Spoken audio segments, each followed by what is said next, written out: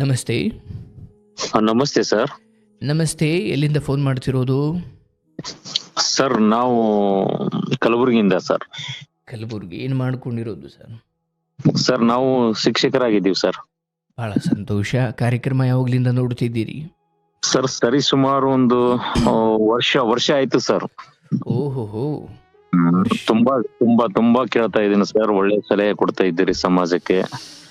So thank you. ಹೀಗೆ Facebook ಅಲ್ಲಿ search ಮಾಡ್ಬೇಕಾದ್ರೆ ನಿಮ್ ವಿಡಿಯೋ ಸಿಕ್ತು ಸರ್. ಹ್ಮ್ ಹ್ಮ್ ಹ್ಮ್ ಹ್ಮ್ ಹ್ಮ್ ಹ್ಮ್. ಕೇಳ್ತಾ ಇದ್ದೀನಿ ಸರ್. ಸಂತೋಷ. ಒಳ್ಳೇದಾಗ್ಲಿ. ಏನು ವಿಷಯ ನೀವು ಬೋಧನೆ ಮಾಡೋದು ಮಕ್ಕಳಿಗೆ? ಏನು ಸಬ್ಜೆಕ್ಟು? ಸರ್ ನಾನು ಬೋಧನೆ ಮಾಡೋದು ವಿಜ್ಞಾನ ಸರ್. ಓಹೋಹೋ! ವಿಜ್ಞಾನ. ಓ, ಅದ್ಭುತ ಅದ್ಭುತ. ಬಟ್ ಮಕ್ಕಳಿಗೆ ಸ್ವಲ್ಪ ಗೊಂದಲದ ವಿಷಯನ ಇದು? ಆ ಗೊಂದಲ ಇದೆ ಸರ್, ಬಟ್ ಅದನ್ನ ಸರಳೀಕರಣ ಮಾಡಿ ಹೇಳಿದ್ರೆ ಗೊಂದಲ ಬಹಳಷ್ಟು ಕ್ಲಿಯರ್ ಆಗುತ್ತೆ ಸರ್. ಅದು ಸತ್ಯ. ಅದು ಶಿಕ್ಷಕರ ಎಬಿಲಿಟಿ ಮೇಲೆ ನಿಂತಿರುತ್ತಲ್ಲ. ಶಿಕ್ಷಕರ ಎಬಿಲಿಟಿ ಮೇಲೆ ಸರ್. ಆಮೇಲೆ ಹ್ಮ್. ಏನಾಗುತ್ತೆ ಸರ್, ಇದು ಅಂದ್ರೆ ಅವ್ರ ಭಾಷೆಯಲ್ಲಿ ಸರಳೀಕರಣ ಮಾಡಿ ಹೇಳ್ಬೇಕು ಸರ್. ಪರಿಕಲ್ಪನೆಗಳು ಇರ್ತಾವ ಸರ್ ಇದರಲ್ಲಿ. ಓಕೆ. ಅದನ್ನ ಸರಳೀಕರಣ ಮಾಡಿದ್ರೆ ಮಕ್ಕಳು ನಿಜವಾಗಿ ಎಂಜಾಯ್ ಮಾಡ್ತಾರೆ ಸರ್ ಆ ವಿಷಯ. ಹೌದು ಹೌದು. ಅಂದರೆ ಕಠಿಣ ಅನ್ಸೋದು ಯಾರಿಗೆ ಅಂದರೆ ಅದನ್ನು ಮೊದಲನೇ ಬಾರಿ ಕೇಳ್ತಿರೋರಿಗೆ. ಬಟ್ ಅದು ಓದ್ಕೊಂಡು ತುಂಬ ದೂರ ಬಂದಿರೋ ನಿಮಗದು ಕಠಿಣ ಅಲ್ಲ. ಕಠಿಣ ಅಲ್ಲ ಸರ್. ಅದು ಸ್ವಲ್ಪ ಅಧ್ಯಯನ ಮಾಡಿದ್ರೆ ಹೌದು ಅದಷ್ಟು ಹೌದು. ನಿಜವಾಗಿ ಗಣಿತ ಮತ್ತು ವಿಜ್ಞಾನದಷ್ಟು ಸರಳ ವಿಷಯಗಳು ಯಾವುವು ಅಲ್ಲ ಸರ್. ನೋಡಿ ಹೆಂಗೆ ಹೇಳ್ತಿದ್ದೀರಾ ನೀವು. ಆ, ಹೌದು ಹೌದು. ಯಾವುದೂ ಕಷ್ಟವೂ ಅಲ್ಲ ಅಥವಾ ಯಾವುದೂ ಸುಲಭವೂ ಅಲ್ಲ. ಬಟ್ ಅದರದ್ದೇ ಆದ ಒಂದು ಶ್ರಮವನ್ನಂತೂ ಬೇಡುತ್ತೆ ಅದು. ಬೇಡುತ್ತೆ ಸರ್, ಒಬ್ಬ ಬೇಡುತ್ತೆ. ವಿದ್ಯಾರ್ಥಿಯಾಗಿ ಆ ಏಕಾಗ್ರತೆ ಅಥವಾ ತನ್ಮಯತೆ ಹೌದು ಸರ್. ಸಹಜವಾಗಿ ಇದೇನಾಗ್ಬಿಟ್ಟಿದೆ, ಈ ಗಣಿತ ವಿಜ್ಞಾನದ ಬಗ್ಗೆ ಒಂದು ಸಾರ್ವತ್ರಿಕವಾದ ಒಪಿನಿಯನ್ ಇದೆ. ಭಾಳ ಹೌದು ಕಷ್ಟ ಅಂತ. ಅದು ಎಷ್ಟೋ ಜನ ಪ್ರಯತ್ನ ಮಾಡಿದ್ರೆ ಅದನ್ನು ಸುಳ್ಳು ಮಾಡ್ಬೋದು. ಬಟ್ ಮೊದಲೇ ಒಂದು ಅಭಿಪ್ರಾಯ ಇರೋದ್ರಿಂದ ಒಪ್ಕೊಂಡ್ಬಿಟ್ಟಿರ್ತಾರೆ ತುಂಬ ಜನ. ಖಂಡಿತ ಸರ್. ಅವ್ರ ಮೈಂಡಿಗೆ ಕೂರಿಸ್ಕೊಂಡ್ಬಿಟ್ಟಿರ್ತಾರೆ, ಹೌದಪ್ಪ ಕಷ್ಟ, ಹೌದಪ್ಪ ಕಷ್ಟ. ಈ ಪೂರ್ವಾಗ್ರಹ ಪೀಡಿತರಾಗಿ ಭಾವಿಸಿದ ಕೆಲವು ವಿಚಾರಗಳು ಕೆಲವೊಮ್ಮೆ ಅವರ ಶಕ್ತಿಯನ್ನೇ ಮರೆಸಿಬಿಡ್ತವೆ. ಅದು ಪಾಠದ ವಿಚಾರ ಅಂತಲ್ಲ, ಎಷ್ಟೋ ವಿಚಾರಗಳು ಹಾಗೆ. ಹೌದು ಸರ್, ಹೌದು. ಅಯ್ಯೋ ಇಲ್ಲ ರೀ, ಡ್ರೈವಿಂಗ್ ಕಲಿತ್ರೆ ಯಪ್ಪ ಡ್ರೈವಿಂಗ್ ತುಂಬ ಕಷ್ಟ ಅಂದ್ರೆ ಅವ್ನು ಡ್ರೈವಿಂಗ್ ಕಲಿಯೋಕೆ ಹೋಗಲ್ಲ. ಹ್ಮ್. ಇಲ್ಲಪ್ಪ ಭಾಳ ಸುಲಭ. ಯಾಕಂದರೆ ಒಂದು ವಿಚಾರದ ಕುರಿತು ಅವನಿಗೆ ಮೊದಲ ಇಂಪ್ರೆಷನ್ ಏನು ಬಿದ್ದಿರುತ್ತೆ ಅದರ ಮೇಲೆ ಅವನ ಮೈಂಡು ಡೆವಲಪ್ ಆಗ್ತಾ ಹೋಗುತ್ತೆ. ಹೌದು ಸರ್, ಹೌದು. ವಿಜ್ಞಾನ ಸುಲಭ ಸುಲಭ ಅಂತ ಚೆನ್ನಾಗೆಲ್ಲ ಅಕ್ಕಪಕ್ಕದವ್ರಿಗೆ ಹೇಳಿದರೆ ಅವನಿಗೂ ಸೈನ್ಸ್ ಇಷ್ಟ ಆಗೋದು. ಅಯ್ಯೋ ಇಲ್ಲ ರೀ ನನ್ನ ಮಗ ಸೈನ್ಸ್ ತಗೊಂಡು ಹಾಳಾಗ್ಬಿಟ್ಟ ಅಂತ ಇಂಥವೇನೋ ಕೇಳ್ಬಿಟ್ಟಿರ್ತಾನೆ. ಅದಕ್ಕೆ ಅವನಿಗೆ ಅದ್ರ ಬಗ್ಗೆ ಭಯ ಇರುತ್ತೆ. ಖಂಡಿತ ಸರ್, ಖಂಡಿತ. ಸಂತೋಷ. ಒಳ್ಳೆಯದು. ಕಾರ್ಯಕ್ರಮವನ್ನು ಒಬ್ಬ ಶಿಕ್ಷಕರಾಗಿ ನೋಡೋದು, ಮಕ್ಕಳಿಗೆ ಬೋಧಿಸುವ ವಿಜ್ಞಾನ ಪಾಠ ಬೇರೆ. ಬಟ್ ನೀತಿ ಅಥವಾ ನೈತಿಕವಾದ ಶಿಕ್ಷಣ ಅಂದಾಗ ಬಹುಶಃ ಮಕ್ಕಳಿಗೆ ಇನ್ನೊಂಚೂರು ಏನೋ ಹೇಳಲಿಕ್ಕೆ ಇಲ್ಲಿಂದ ಅಂತಲ್ಲ, ಬಟ್ ಈ ಥರದ ವಿಚಾರದಲ್ಲಿ ಆಸಕ್ತಿ ಇರೋ ನಿಮ್ಮಂಥ ಶಿಕ್ಷಕರು ನಿಜವಾಗಲೂ ಆ ಶಾಲೆಗೆ ಒಂದು ಕಿರೀಟ. ಯಾಕೆ ಪಾಠದಿಂದ ಹೊರತಾಗಿ ಒಂದು ಅವರ ಜೀವನ, ಮಕ್ಕಳ ಬಡತನ ಅಥವಾ ಮಕ್ಕಳ ಸ್ಥಿತಿಗತಿ ಅಥವಾ ಮಕ್ಕಳೇನೋ ತಪ್ಪದಾಗ ಅದನ್ನು ಹೇಳಲಿಕ್ಕೆ ನಿಮಗೊಂದು ಮನಸ್ಸು ಬರಬೇಕಂದ್ರೆ ನೀವು ಇಂಥದ್ರಲ್ಲಿ ಏನೋ ಭಾಗವಹಿಸಿರ್ಬೇಕು. ಖಂಡಿತ ಸರ್, ಖಂಡಿತ ಸರ್. ನಾನು ಕಳೆದ 2007ರಿಂದ ಶಿಕ್ಷಕನಾಗಿ ಕೆಲಸ ಮಾಡ್ತಾ ಇದ್ದೀನಿ ಸರ್. ಆಮೇಲೆ ಸರ್ ನಾನು ವಿಜ್ಞಾನ ಶಿಕ್ಷಕನಾದರೂ ಸಾಹಿತ್ಯದಲ್ಲಿ ಒಂದ್ ಸ್ವಲ್ಪ ಆಸಕ್ತಿ ಇದೆ ಸರ್. ಆಮೇಲೆ ಈ ರಾಮಾಯಣದ ಕಥೆಗಳನ್ನ, ಮಹಾಭಾರತದ ಕಥೆಗಳನ್ನ ಮಕ್ಕಳಿಗೆ ಖಂಡಿತ ಕೊನೆಯ ಒಂದು ಅವಧಿ ಇದಕ್ಕಾಗಿ ಮೀಸಲಿಡ್ತೀನಿ ಸರ್. ಮಕ್ಕಳು ಆಮೇಲೆ ಪುಣ್ಯಕೋಟಿ ಕಥೆ ಇವೆಲ್ಲ ಇದೆಯಲ್ಲ ಸರ್. ಒಂದ್ ಅನುಭವ ಹೇಳ್ಬೇಕಾದ್ರೆ ಸರ್, ಮಕ್ಳು ಎಷ್ಟೊಂದು ಮುಗ್ಧ ಇರ್ತಾರೆ ಅಂದ್ರೆ ಈ ಪುಣ್ಯಕೋಟಿ ಕಥೆ ಹೇಳ ಪದ್ಯ ಐತೆ ಸರ್. ಅದು 4ನೇ ತರಗತಿಗೆ ಆ ಪದ್ಯ ಹೇಳ್ಬೇಕಾದ್ರೆ ಮಕ್ಕಳು ಬಹುತೇಕ ಅಲ್ಲಿ ಎಷ್ಟು ಮಕ್ಳು ಇದ್ವಲ್ಲ ಎಲ್ಲಾ ಮಕ್ಕಳಲ್ಲಿ ಕಣ್ಣೀರು ಬಂದಿದ್ವು ಸರ್, ಕಣ್ಣೀರು.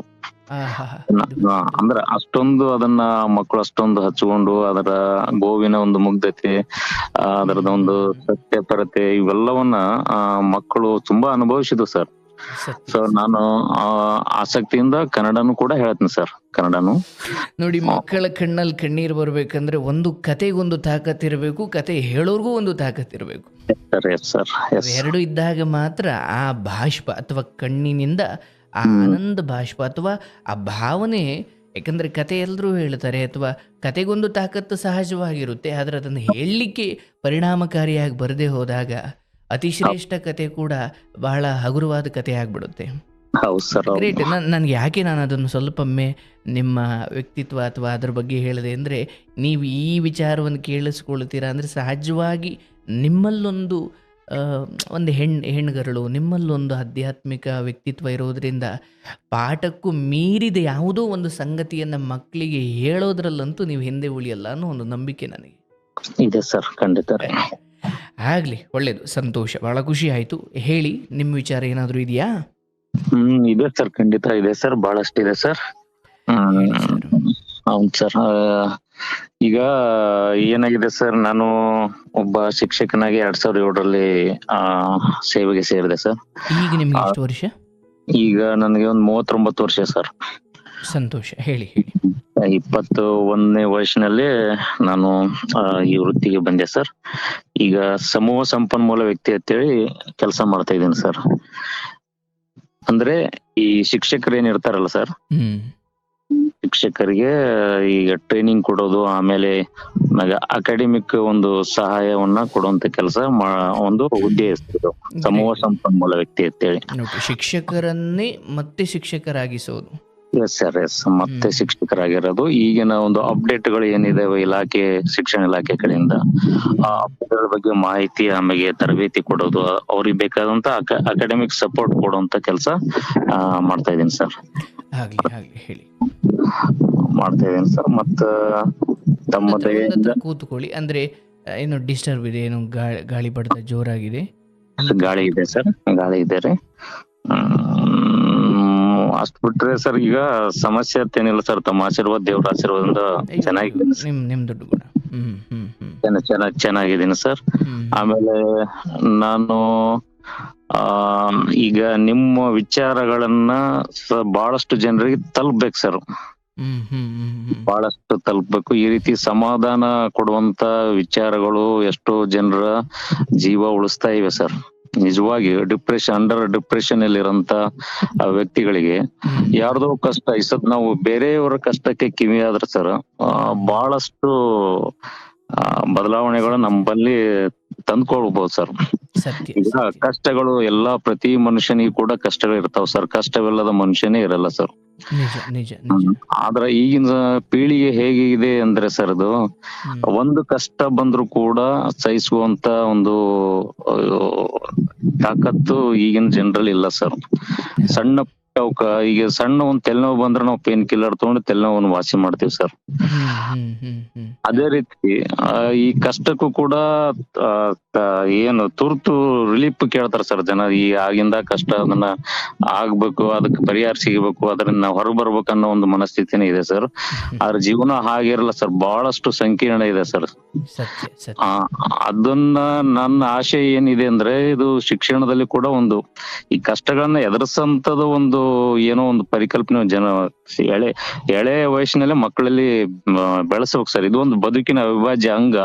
ಕಷ್ಟ ಬಂದೇ ಬರುತ್ತೆ.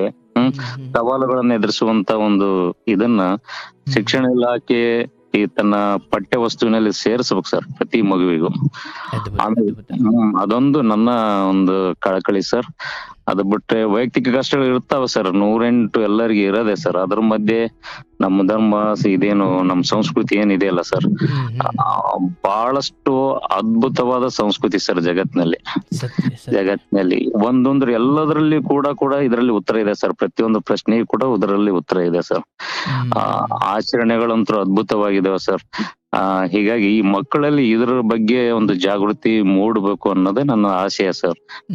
ಇದಕ್ಕೊಂದು ಒಳ್ಳೆ ವೇದಿಕೆಯನ್ನ ಮಾಡ್ತಾ ಇದೀರಿ ಸರ್. ಹೀಗಾಗಿ ಬಹಳ ಸಂತೋಷ ಅನ್ಸುತ್ತೆ ಸರ್.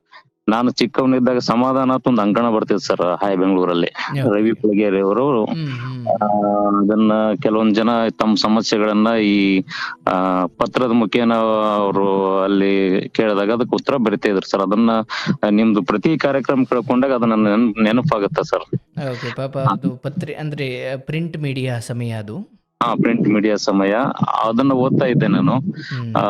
ಹೀಗಾಗಿ ಇದನ್ನ ಈ ಸರ ನೀವೇನು ಹಿಂಗ ಹೇಳ್ತಿರಲ್ಲ ಸರ್, ಅದು ಬಹಳಷ್ಟು ಒಳ್ಳೇದು ಸರ್. ತಮ್ಮ ಒಂದು ಏನದು ವಿಚಾರಧಾರೆ ಇದೆಯಲ್ಲ ಸರ್, ಬಹಳಷ್ಟು ಒಳ್ಳೆ ಸರ್. ನಿಜವಾಗಿ ಇದು ಅತಿಶಯ ಅಲ್ಲ ಸರ್. ಬಹಳಷ್ಟು ಹೆಲ್ಪ್ ಆಗಿದೆ ಸರ್. ಆದ್ರ ನಮ್ ನಮ್ದು ಉತ್ತರ ಕರ್ನಾಟಕ ಅಲ್ಲ ಸರ್. ಉತ್ತರ ಕರ್ನಾಟಕ ಈಗ ಬಹಳಷ್ಟು ಜನ ಈಗ ನಮ್ಮ ಉತ್ತರ ಕರ್ನಾಟಕದವ್ರ ಸಮಸ್ಯೆ ಆಮೇಲೆ ಕೇಳ್ತಾ ಇದಾರೆ, ಎಷ್ಟೊಂದು ಮುಗ್ದಿರತ್ ನಿಮ್ಗೆ ಗೊತ್ತಾಗತ್ತ ಸರ್. ಸತ್ಯ ಸತ್ಯ, ಪಾಪ ಅಲ್ಲಿನ ಹೆಣ್ಮಕ್ಳದು ತಾಪತ್ರೆಗಳು ಒಂದೊಂದಲ್ಲ. ಬಹಳಷ್ಟು ಮುಗ್ಧರು ಸರ್, ಬಹಳಷ್ಟು ಮೋಸಕ್ಕೆ ಬಲಿ ಆಗ್ತಾ ಇದ್ದಾರೆ ಸರ್. ಹೌದು, ಇದು ಹೌದು. ಆನ್ಲೈನ್ ಜೂಜಿನ ಬಗ್ಗೆ ಒಂದ್ ಸ್ವಲ್ಪ ನೀವೆಲ್ಲ ಹೇಳ್ಬೇಕು ಸರ್ ಪ್ರತಿ ಕಾರ್ಯಕ್ರಮದಲ್ಲಿ. ಅದಕ್ಕೂ ಕೂಡ ಬಹಳಷ್ಟು ಜೀವಗಳು ಏನಾಗ್ತಾ ಇದೆ, ಬಲಿ ಆಗ್ತಾ ಇದೆ ಸರ್, ಆಮಿಷಕ್ಕೆ ಬಲಿಯಾಗಿ ಇದಾಗಿ. ಇವೆಲ್ಲ ನೋಡಿದಾಗ ಸರ್ ತಮ್ದು ಒಳ್ಳೆ ಕೆಲಸ ಸರ್. ನನ್ನ ಹೃತ್ಪೂರ್ವಕ ಒಂದು ಧನ್ಯವಾದಗಳು ತಮಗ ಅರ್ಪಿಸ್ತಾ ಇದ್ದೀನಿ ಸರ್. ದೊಡ್ಡ ಮಾತು ಅಂದರೆ ನೋಡಿ, ನೀವು ಎಷ್ಟು ಸೂಕ್ಷ್ಮ ವಿಚಾರ ಮತ್ತು ಸಮಯಕ್ಕೆ ಅನುಗುಣವಾಗಿ ಈ ಸಮಯದಲ್ಲಿ ಮಕ್ಕಳಿಗೊಂದು ನೈತಿಕ ಶಿಕ್ಷಣ ಅನ್ನೋ ಒಂದು ಸಪರೇಟ್ ಸಮಯ, ಅದೊಂದು ಫೀಲ್ಡ್, ಹೇಗೆ ಕನ್ನಡ, ಗಣಿತ, ವಿಜ್ಞಾನ ಅನ್ನೋದಿದೆಯೋ ಹಾಗೆ ದೈಹಿಕ ಶಿಕ್ಷಣಕ್ಕೆ ಸಂಬಂಧಿಸಿದ ಮನಸ್ಸಿಗೆ ಏನು ಅಂತ, ದೈಹಿಕಕ್ಕೊಂದೇನೋ ಇದೆ, ಆಟವೋ ಖೋಖೋವೋ ಕಬಡ್ಡಿನೋ ಏನೋ ಇಟ್ಟಿದ್ದೀರಾ, ಮನಸ್ಸಿನ ಕತೆ ಏನು ಅಂತ. ಅಂದರೆ ಯಾವ ಬೇರೆ ಸಡಿಲವಾಗಿ ಕೊಂಬೆ ರೆಂಬೆಗಳು ಎಷ್ಟು ಗಟ್ಟಿಯಾಗಿ ಬೆಳೆದ್ರೆ ಅದಕ್ಕೆ ಅರ್ಥವೇ ಇಲ್ಲ. ಯಾವ ಬೇರನ್ನು ಗಟ್ಟಿ ಮಾಡದ ಒಂದು ಶಿಕ್ಷಣ ಅಥವಾ ಯಾವ ವಿದ್ಯಾರ್ಥಿಯ ಅಂತಃಸತ್ವವನ್ನು ಅಥವಾ ಗೆಲುವನ್ನು ಸಂಭ್ರಮಿಸಲಿಕ್ಕೆ ಪಾಠದ ತರಬೇತಿ ಅವಶ್ಯಕತೆ ಇಲ್ಲ, ಸೋಲನ್ನು ತಡ್ಕೊಳ್ಳೋಕ್ಕೊಂದು ತರಬೇತಿ ಅವಶ್ಯಕತೆ ಇದೆ. ಗೆಲುವನ್ನು ಸಂಭ್ರಮಿಸೋದು ಒಬ್ಬ ಹುಚ್ಚನೂ ಸಂಭ್ರಮಿಸ್ತಾನೆ, ಒಬ್ಬ ಪುಟ್ಟ ಹುಡುಗನೂ ಸಂಭ್ರಮಿಸ್ತಾನೆ. ಈ ಸೋಷಿಯಲ್ ಮೀಡಿಯಾದಲ್ಲಿ ಸರ್ ಬರೇ ಸಂಭ್ರಮಿಸುವಂತ ವಿಷಯನ್ನೇ ಹಂಚ್ಕೋತಾರ ಸರ್ ಜನ. ಅದನ್ನು ಕೂಡ ಈ ಮಕ್ಕಳಲ್ಲಿ ಬಹಳಷ್ಟು ಸಮಸ್ಯೆ ಆಗ್ತಾ ಇದೆ ಸರ್. ನೋವುಗಳ ಪರಿಚಯನೇ, ನೋವುಗಳಿದ ಗೆಲುವನ್ನ ಸಂಭ್ರಮಿಸುವ ಮುಂಚೆ ಆತ ಎಷ್ಟು ನೋವು ಪಟ್ಟಿರ್ತಾನ ಅನ್ನೋದು ಯಾರು ಹೇಳಲ್ಲ ಸರ್. ಇಲ್ಲಿ ಏನಾಗುತ್ತೆ ನೋಡಿ, ನೀವು ಬಹಳ ಚೆನ್ನಾಗಿರೋ ವಿಚಾರವನ್ನ ಹೇಳಿದ್ರೆ, ಒಂದು ಇಡೀ ಸರ್ಕಾರ ಅಥವಾ ಒಂದು ಇಡೀ ಆಡಳಿತ ವರ್ಗ ಇದರ ಕುರಿತು ಜಾಗೃತಿ ವಹಿಸ್ಬೇಕು. ಯಾಕೆ ಈಗ ನಮಗೆ 18 ವರ್ಷ ಮೇಲ್ಪಟ್ಟವ್ರು ತಾನೇ ಓಟು, ಈ ಕೆಳಗಿನವ್ರದ್ದು ಏನು ನಾವು ಅಷ್ಟು ಅವ್ರಿಗೇನು ಎಜುಕೇಶನ್ ಕೊಡಬೇಕು, ಮುಂದಕ್ಕೆ ದೂಡಬೇಕು ಅಷ್ಟೇ ಅಂತ ಇರಬಾರ್ದು. ಒಂದು ಸಮಗ್ರ ದೇಶದ ಬೆಳವಣಿಗೆ. ಯಾಕಂದರೆ ನಮ್ಮಲ್ಲಿ ದೊಡ್ಡವ್ರದ್ದೊಂದು ಮಾತಿದೆ, ಏನು, ಒಬ್ಬ ಚಾಣಕ್ಯ ಅನ್ನೋ ಮಹಾನುಭಾವ ಹೇಳ್ತಾರೆ, ನೀವು ಯಾರನ್ನ ಅಥವಾ ನಿಮ್ಮ ಶತ್ರುಗಳು ಯಾರಿದ್ದಾರೆ ಅವರನ್ನು ಒಂದು ಚಟದೊಳಗಡೆ ಪ್ರವೇಶ ಮಾಡುವಂತೆ ಮಾಡು, ನಿನ್ನ ಪ್ರೀತಿ ಪಾತ್ರ ಯಾರಿದ್ದಾನೆ ಅವನಿಗೆ ಒಂದೊಳ್ಳೆ ಹವ್ಯಾಸದೊಳಗಡೆ ಹೋಗುವಂತೆ ಮಾಡು ಅಂತ. ಅಂದರೆ ಈಗ ನೀವು ಇತ್ತೀಚೆಗೆ ಕೇಳಿರ್ತೀರ, ಅವತ್ತು ಚಾಣಕ್ಯರ ಕಾಲದಲ್ಲಿ ವಿಷಕನ್ಯೆ ಅಂತ, ಅಂದರೆ ಶತ್ರುವನ್ನು ಎಣ್ಣಿನ ಆಸೆ ತೋರಿಸಿ ಅವನನ್ನು ಯಾವುದೋ ಒಂದು ಚಟಕ್ಕೆ ಬೀಳಿಸ್ಬಿಟ್ರೆ ಅವನಲ್ಲಿ ಸತ್ತ, ಹೊಡೆದಾಡದೇ ಬೇಕಿಲ್ಲ ಅಂತ. ಹೌದು, ಅರ್ಧ ಸಾವು ಅಲ್ಲೇ ಆಯ್ತು ಸರ್. ನಿನ್ನ ಶತ್ರುವನ್ನ ಚಟಕ್ಕೆ ಅಂಟ್ಕೊಳ್ಳುವಂತೆ ಮಾಡು, ನಿನ್ನ ಮಿತ್ರನನ್ನ ಒಂದು ಶ್ರೇಷ್ಠ ಹವ್ಯಾಸಕ್ಕೆ ಅಂಟ್ಕೊಳ್ಳುವಂತೆ ಮಾಡು ಅಂತ. ಇದು ಆಡಳಿತ ಅಥವಾ ಬದುಕೋ ರೀತಿ ಅಂತ ಚಾಣಕ್ಯ ಹೇಳಿದ್ದು ಅಂತ. ಹೌದು ಸರ್, ಅದನ್ನ ನೋಡಿರ್ತೀರಿ, ಒಬ್ಬ ಯಾರೋ ಏಡ್ಸ್ ಕಾಯಿಲೆ ಬಂದಿರುವ ಅಥವಾ HIV ಬಂದಿರೋ ಒಂದು ಹೆಣ್ಮಗಳು ಜೊತೆ ಒಬ್ಬ ರಾಜಕಾರಣಿಯನ್ನು ಕಳಿಸಿ ಅವನ ಬದುಕನ್ನು ಹಾಳು ಮಾಡುವ, ಅಂದರೆ ಇಂಥದ್ದೇನೋ ತಂತ್ರ, ಅಂದರೆ ಶತ್ರುಗಳನ್ನು ದಮನ ಮಾಡಲಿಕ್ಕೆ ಇಂಥದ್ದೇನೋ ತಂತ್ರವನ್ನು ಪಾಲಿಸ್ತಾರೆ. ಅಂದರೆ ಒಂದು ಶ್ರೀಮಂತ ದೇಶ ಅಥವಾ ಒಂದು ಮುಂದುವರೆದ ದೇಶ ಇನ್ಯಾವ ದೇಶಗಳು ನನ್ನ ಹಂತಕ್ಕೆ ಬರಬಾರ್ದು ಅಂತ ನಿರ್ಧಾರ ಮಾಡಿದ್ರೆ ಅಲ್ಲಿ 2 ವಿಚಾರಕ್ಕೆ ಕೈ ಹಾಕುತ್ತೆ. ಒಂದು, ಬಹಳ ನಿಕೃಷ್ಟ ಮಟ್ಟದ ಶಿಕ್ಷಣ. ಇನ್ನೊಂದು, ಅಲ್ಲಿನ ಯುವ ಜನತೆಗೆ ಡ್ರಗ್ಸು ಅಥವಾ ಬೆಟ್ಟಿಂಗು ಅಥವಾ ಇನ್ನಿತರ ವಿಚಾರಗಳನ್ನು ನೀಡಿ ಅವರ ಅಂಥ ಮಾನಸಿಕ ಸತ್ವವನ್ನು ಕರಗಿಸಿ ಅಥವಾ ಅವರನ್ನು ಕುಗ್ಗಿಸಿ ಒಂದು ಇಡೀ ದೇಶದ ಯುವ ಜನತೆಯನ್ನೇ ಯಾವುದೋ ಒಂದು ಶ್ರೀಮಂತ ದೇಶ ಅಕ್ರಮವಾಗಿ ಅವ್ರಿಗೆ ಗಾಂಜಾ ತಲುಪುವಂತೆ ಮಾಡಿ, ಅವ್ರಿಗೆ ಬೆಟ್ಟಿಂಗ್ ತಲುಪುವಂತೆ ಮಾಡಿ ಅವರನ್ನು ಮುಳುಗಿಸ್ಬಿಡ್ತು ಅಂದರೆ ದೇಶ ಎಲ್ಲ ಉದ್ಧಾರ ಆಯಿತು, ದೇಶ ಮುಗೀತು. ದೇಶದ ನಡುವನ್ನೇ ಇದು ಮಾಡಿದಂಗೆ. ಅಂದರೆ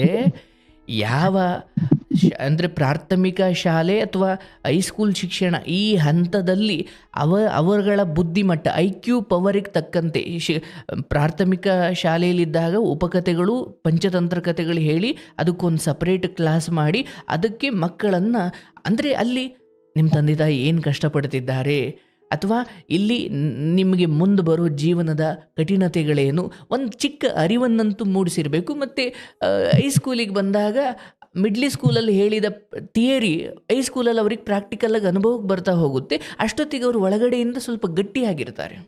ಹೌದು ಸರ್, ಖಂಡಿತ. ಯಾಕಂದರೆ ಒಬ್ಬ ವಿದ್ಯಾರ್ಥಿಯ ಜೀವನ ಶಿಕ್ಷಣದ ಸ್ಥಿತಿಯಲ್ಲಿದ್ದಾಗ ಅವನ ನಿಜವಾದ ಜೀವನ ಶುರುನೇ ಆಗಿರಲ್ಲ. ಹ್ಮ್ ಅದು ಮುಗಿಸಿ ಆಚೆ ಬಂದ ಮೇಲೆ ಅವನ ನಿಜವಾದ ಜೀವನ ಶುರು. ಹಾಗಾಗಿ student life is golden life ಅನ್ನೋ ಈ ಮಾತನ್ನು ಎಷ್ಟು ದುರಂತ ಮಾಡ್ಕೊಂಡಿದ್ದಾರೆ ಇವತ್ತು ಅಂದರೆ, ಆ ಹಂತದಲ್ಲೇ ಕೆಟ್ಟಿ ಇವತ್ತು ಕೌನ್ಸಿಲಿಂಗ್ ಬರೋರು 100ರಲ್ಲಿ 70 ಜನ ಅದೇ ಹಂತದವರಿದ್ದಾರೆ. ಹೌದು ಸರ್, ಹೌದು. ಮತ್ತು ಗೋಲ್ಡನ್ ಲೈಫ್ ಹೆಂಗೆ, ಯಾವ ಅರ್ಥದಲ್ಲಿ? Student life is golden life ಅಂದರೆ ಹೆಂಗೆ ಬೇಕಂಗೆ ಒಬ್ಬ ಕುಡಿದು ಒಬ್ಬ ವೇಶ್ಯ ಮನೆಗೆ ಹೋಗಿ ನಶೆಯಲ್ಲಿ ಓಡಾಡ್ತಾನಲ್ಲ, ಹಾಗೆ ಇವನು ಯಾವುದೋ ಹುಡುಗನಿಂದೆ ಓಡಾಡಿಕೊಂಡು ಇವರು ವೇಶ್ಯ ಮನೆಗೆ ಹೋಗೋನಿಗಿಂತ ಬೇರೆ ಏನೂ ಇಲ್ಲ ಇವ್ರದ್ದು, ಸೇಮ್ ಅದೇ ಇದೆ ಇವ್ರದ್ದು. ಸ್ವಲ್ಪ ಹೋಗೋ ಜಾಗಗಳು ಬೇರೆ ಬಿಟ್ಟರೆ ಇಬ್ಬರದ ಬದುಕಿನ ನಾಶದ ಸ್ಥಿತಿಯೂ ಒಂದೇ ಆಗಿದೆ. ಇವನು ಹುಡುಗಿಯಿಂದ ಬಂಕ್ ಹಾಕಿ ಹುಡುಗನಿಂದ ಬಂಕ್ ಹಾಕಿ ಇವ್ರು ಇಲ್ಲಿ ಹಾಳಾದ್ರು ಅವನು ಅಲ್ಲೂ ಹೋಗಿ ಹಾಳಾದ ಅಷ್ಟೇ. ನನಗೆ ಬಹಳ ದುರಂತ ಅನಿಸುತ್ತೆ. ಯಾಕಿದ ಆಗ್ತಿದೆ?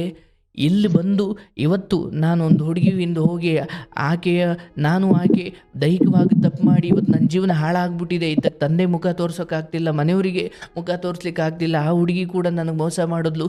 ಎಂಥದ್ದೇ ಅಂದರೆ, ನಾನೊಂದು ವಿಜ್ಞಾನಿ ಆಗಬೇಕು ಅಂದ್ಕೊಂಡಿದ್ದೀನಿ, ನಾನೊಬ್ಬ ಡಾಕ್ಟರ್ ಆಗಬೇಕು ಅಂದ್ಕೊಂಡಿದ್ದೀನಿ, ನಾನು ಸಮಾಜಕ್ಕೇನೋ ಸೇವೆ ಮಾಡಬೇಕು ಅಂದ್ಕೊಂಡಿದ್ದೀನಿ. ಕನಸುಗಳು ಉಗಮವಾಗಬೇಕಾದ, ಕನಸುಗಳು ಎಚ್ಚರವಾಗಬೇಕಾದ ಸಮಯದಲ್ಲಿ ಇವರು ಡಿಪ್ರೆಷನ್ಗೆ ಹೋಗಿದ್ದಾರೆ ಅಂದರೆ ಮತ್ತೆ ಇನ್ನೇನು ಹೇಳೋದು? ಅವ್ರನ್ನ ಡಿಪ್ರೆಷನ್ನಿಂದ ಆಚೆಗೆ ತರೋಕ್ಕೆ 36 ವಯಸ್ಸು ಬೇಕು. ಅಲ್ಲೇನು ಅವ್ರು ದೇಶಕ್ಕೆ ಸೇವೆ ಮಾಡ್ತಾರೆ?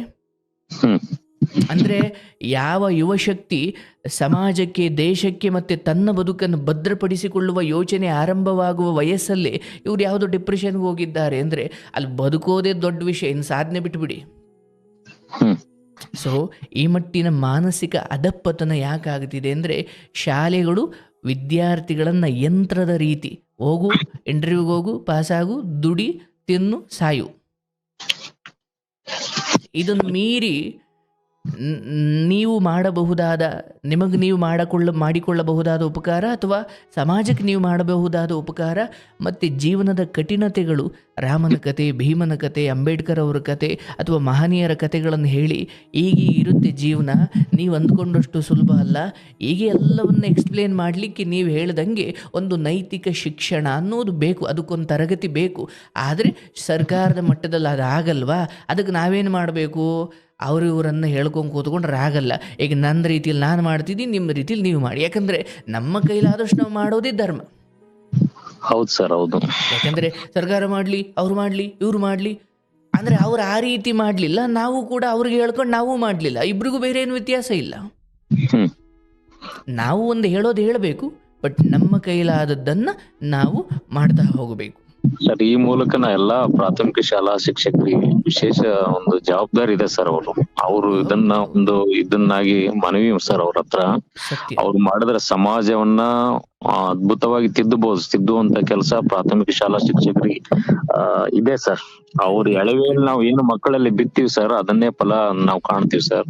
ಹೀಗಾಗಿ ಖಂಡಿತ ನಮ್ಮ ಯಾರು ಸಹೋದ್ಯೋಗಿ ಪ್ರಾಥಮಿಕ ಶಾಲಾ ಶಿಕ್ಷಕರಿದ್ದಾರೆ, ಒಂದು ಅವಧಿಯನ್ನ ಮಾತ್ರ ಇದಕ್ಕೆ ಮೀಸಲಿಟ್ಟು ಗಳಲ್ಲಿ ನೈತಿಕವಾಗಿ ನೀವು ಹೇಳಿದಾಗೆ ನಾವು ಯಾವುದೇ ಸರ್ಕಾರದ ಒಂದು ಆದೇಶಕ್ಕಾಗಿ ಕಾಯಿದೆ ನಮ್ಮ ಹಂತದಲ್ಲಿ ನಾವು ಮಾಡಿದೀವಪ್ಪ ಅಂದ್ರೆ ಒಳ್ಳೆ ಬದಲಾವಣೆ ನಾವು ನಿರೀಕ್ಷೆ ಮಾಡ್ಲಕ್ ಸಾಧ್ಯ ಸರ್. ಆಮೇಲೆ ಈ ಸ್ಪರ್ಧಾತ್ಮಕ ಜಗತ್ತೇನಿದೆ ಈಗ, ಅವುಗಳನ್ನ ಈ ಸ್ಪರ್ಧೆಯನ್ನ ಎದುರಿಸ್ಲಕ್ಕ ವಿಪರೀತ ಒತ್ತಡದಲ್ಲಿ ಇದ್ದಾರೆ ಸರ್ ಮಕ್ಕಳು. ಈ ದೊಡ್ಡವರು ಮಾತ್ರ ಒತ್ತಡದಲ್ಲಿಲ್ಲ ಸರ್, ಮಕ್ಕಳು ಕೂಡ ಒತ್ತಡದಲ್ಲಿದ್ದಾರೆ. ಇಡೀ ಜಗತ್ತೇ ಒತ್ತಡದ ಒಂದು ಒತ್ತಡವೇ ಜಗತ್ತಾಗಿಬಿಟ್ಟಿದೆ ಸರ್. ಹೌದು, ತುಂಬಾ ಸ್ಪರ್ಧೆ ಮಾಡ್ಲಿಕ್ಕೆ ಹೋದಾಗ ಮನುಷ್ಯನ ಉಳ್ಕೊಂಡಿಲ್ಲ ಸರ್. ಬದುಕಿರೋದು ಯಾಕೆ? ಬದುಕ್ಲಿಕ್ಕೆ. ಹೆಂಗ್ ಬದುಕ್ಲಿಕ್ಕೆ? ತಣ್ಣಗೆ ಬದುಕ್ಲಿಕ್ಕೆ. ನಮ್ಮ ಸಿದ್ದೇಶ್ವರ ಸ್ವಾಮೀಜಿಗಳು ಹೇಳೋರು, ಬದುಕಬೇಕು, ತಣ್ಣಗೆ ಬದುಕಬೇಕು. ತಣ್ಣಗೆ ಬದುಕಬೇಕು ಅಂದ್ರೆ ಏನ್ ಮಾಡಬೇಕು? ನನ್ನ ಯೋಗ್ಯತೆ ಏನು, ನನ್ನ ಶಕ್ತಿ ಏನು, ನಾನು ಯಾವುದ್ರಲ್ಲಿ ಲೆಜೆಂಡ್ ಆಗಬಲ್ಲೆ ಅಂತ ಮೊದಲು ಕಂಡುಕೊಳ್ಬೇಕು. ಇವನು ಆನೆಯನ್ನ ಮರ ಹತ್ತು ಅಂದಂಗೆ ಆಗುತ್ತೆ ಕತೆ. ಅವನ್ ಸೈನ್ಸ್ ತಾಂಡ ನೀನು ತಗೋ ಅಂತ, ಅವನೇನೋ ಮಾಡ್ದ ನೀನು ಮಾಡ. ಯಾವುದು ನನ್ನ ಶಕ್ತಿ ಅಲ್ಲವೋ ಅದಕ್ಕೆ ನಾನು ಕೈ ಹಾಕಬಾರ್ದು. ಮೊದಲು ವಿದ್ಯಾರ್ಥಿಗಳ ಶಕ್ತಿ ಏನು ಅಂತ ಅವ್ರಿಗೆ ಪರಿಚಯ ಮಾಡಿಕೊಡೋದೇ ಶಿಕ್ಷಣದ ಮೊದಲ ಹಂತ. ಅವರಿಗೆ ಅವ್ರ ಶಕ್ತಿಯನ್ನು ಪರಿಚಯ ಮಾಡಿಕೊಡ್ಲಿಕ್ಕೆ ಒಂದು ಮಾರ್ಗದರ್ಶನ ಬೇಕು. ಹೇಗೆ ಸೀತಾಮಾತೆಯನ್ನು ರಾವಣ ಕದ್ದು ಹೋದಾಗ ಅಂದರೆ ಹನುಮಂತನಿಗೆ ಹಾಗೆ ಹಾರುವ ವಾಯುವೇಗದಲ್ಲಿ ಹಾರುವ ಶಕ್ತಿ ಇದ್ದರೂ ಅವನಿಗೆ ಅದು ಸ್ಮರಣೆ ಇರಲಿಲ್ಲ. ಜಾಂಬವಂತ ನೆನಪಿಸಿದ, ಹನುಮಂತ ನೀನು ವಾಯುಪುತ್ರನಪ್ಪ, ನೀನು ಸಮುದ್ರವನ್ನು ಹಾರಬಹುದು ಅಂತ ಹೇಳಿದ ಮೇಲೆ ಹನುಮಂತನಿಗೆ ನೆನಪಾಯಿತು. ಯಾಕೆ? ಹನುಮಂತನಿಗೆ ಬಾಲ್ಯದಲ್ಲೊಂದು ಶಾಪ ಇತ್ತು. ಹೌದು ಸರ್. ಯಾಕಂದರೆ ಅವನು ಶಕ್ತಿ ಇದೆ ಅಂತ ಮರಗಿಡಗಳನ್ನೆಲ್ಲ ಕಿತ್ತು ಆಶ್ರಮದ ಮೇಲೆ ಎಸಿತಿದ್ದ, ಸಿಕ್ಕಿದವ್ರಿಗೆಲ್ಲ ತೊಂದರೆ ಕೊಡ್ತಿದ್ದ, ಶಕ್ತಿ ಇದೆ ಅಂತ. ಅದಕ್ಕೆ ಋಷಿಗಳು ಶಾಪ ಕೊಟ್ಬಿಟ್ಟಿದ್ರು, ಯಾರೋ ಒಬ್ರು ನಿನಗೆ ನೆನಪು ಮಾಡೋವರೆಗೂ ನಿನ್ನ ಶಕ್ತಿ ಗೊತ್ತಾಗದೇ ಇರಲಿ ಅಂತ. ಅಲ್ಲಿ ಕಡೆಯಲ್ಲಿ ಅಲ್ಲಿ ರಾಮ ಸೇತು ಕಟ್ಟೋಕ್ಕಿಂತ ಮುಂಚೆ, ಅದಕ್ಕಿಂತ ಮುಂಚೆ ಅಲ್ಲಿ ರಾವಣ ರಾಜ್ಯದಲ್ಲಿ ಸೀತೆ ಇದ್ದಾರಾ ಅಂತ ನೋಡ್ಕೊಂಡು ಬರ್ಲಿಕ್ಕೆ ಯಾರೋ ಒಬ್ರು ಹೋಗ್ಬೇಕಿತ್ತು, ಸಮುದ್ರ ದಾಟಬೇಕಿತ್ತು.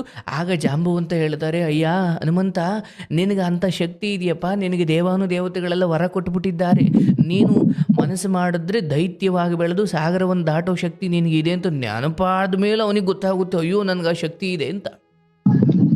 ಹೀಗೆ ಪ್ರತಿ ವಿದ್ಯಾರ್ಥಿಗಳಲ್ಲೂ ಆ ಬಲವಾದ ಆ ವಾಯುಪುತ್ರನ ಶಕ್ತಿ ಇದೆ, ನೆನಪು ಮಾಡಿಕೊಡ್ಲಿಕ್ಕೆ ಶಿಕ್ಷಕರು ಮನಸ್ಸು ಮಾಡಬೇಕು. ಅದಕ್ಕೆ 2 ವಿಚಾರ. ಒಂದು, ನಂಗೆ ಸಂಬಳ ಬರುತ್ತೆ, ನಾನು ಪಾಠ ಮಾಡ್ತೀನಿ, ಮನೆಗೆ ಹೋಗ್ತೀನಿ ಅನ್ನೋ ಮನಸ್ಥಿತಿ ಶಿಕ್ಷಕರಿಗೆ ಇಲ್ಲಿವರೆಗೂ ಇರುತ್ತೆ.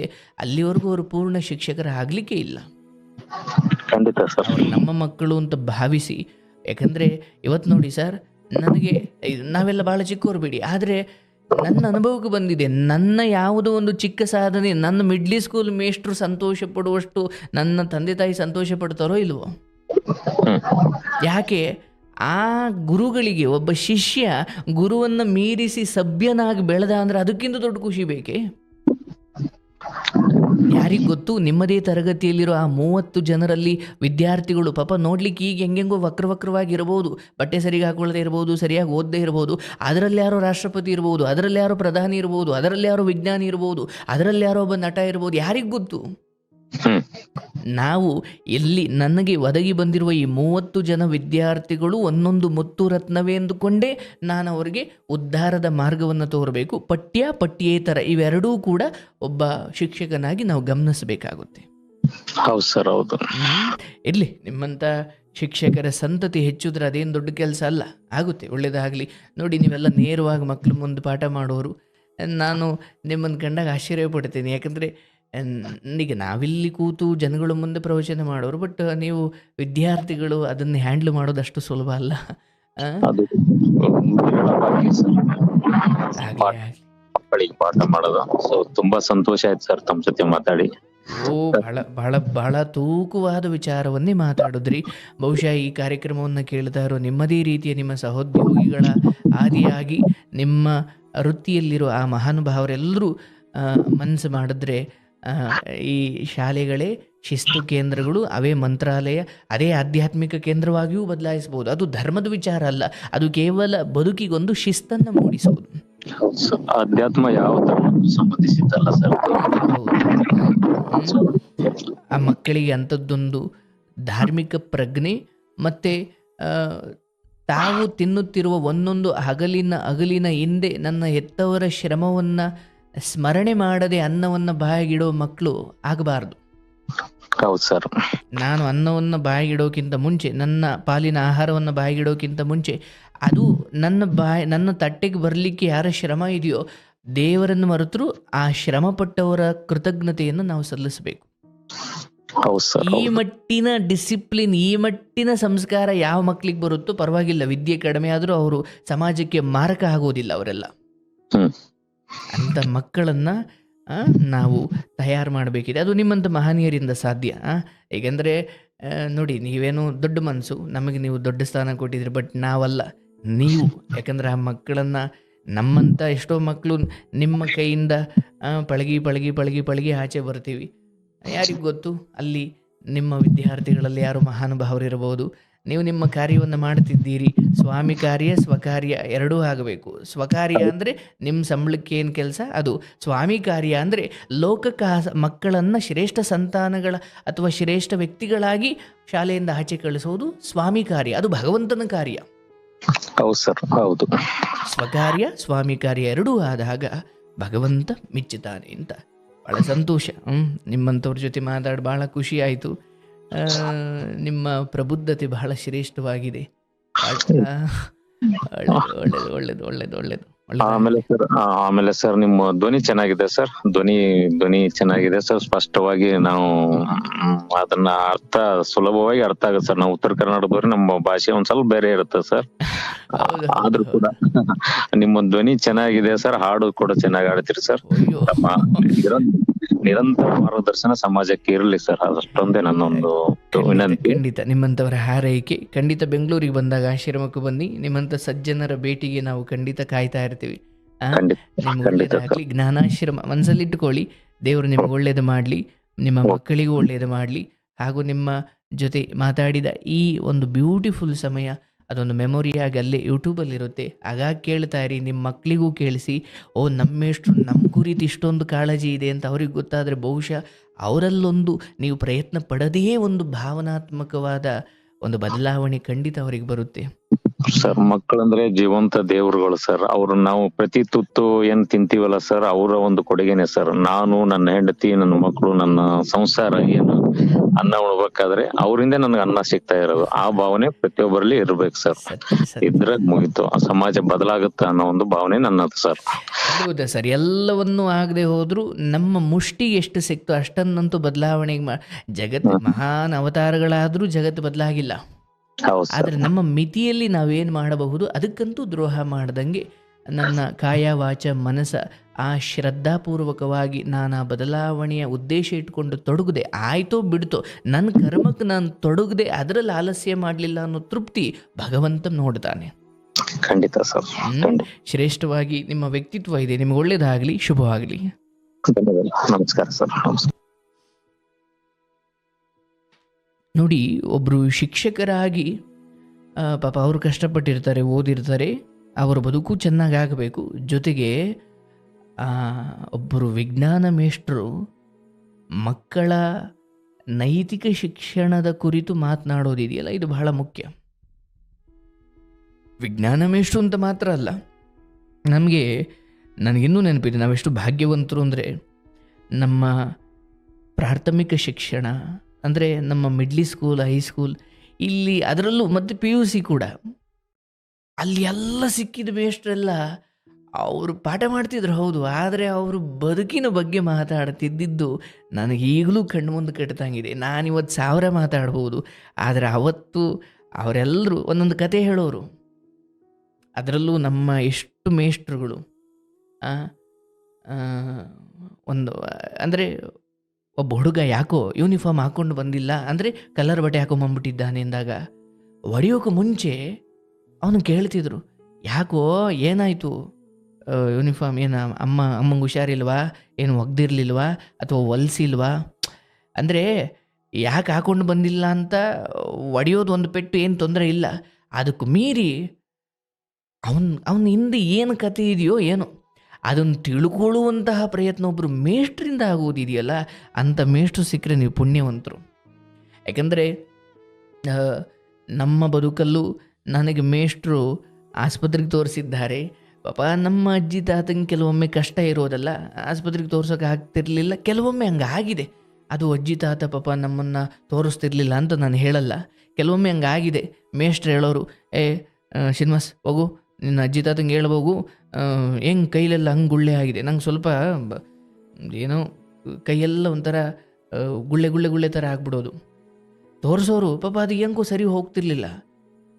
ಈಗ ಅವರು ನಮ್ಮ ಮ್ಯಾಮ್ ರೂಪಾ ಮಿಸ್ ಅಂತ, ಅವರು ಹೋಗಪ್ಪ ನೀನು ನಿಮ್ಮ ಅಜ್ಜಿ ತಾತಂಗೆ ಹೇಳ್ಬೋಗು, ನಾನು ಆಸ್ಪತ್ರೆಗೆ ಕರ್ಕೊಂಡು ಹೋಗ್ತೀನಿ. ಕರ್ಕೊಂಡು ಹೋಗೋರು ಅವರು, ಕರ್ಕೊಂಡೋಗಿ ತೋರಿಸಿ ಒಂದು ಬಿಸ್ಕೆಟ್ ಪಟ್ಟಣ ಕೊಟ್ಟು ಮತ್ತೆ ಕರ್ಕೊಂಡ್ಬಂದುಬಿಟ್ಟು ಆಯಿತು ಅಂತ ಅವರು ಹೊರಟೋಗೋರು.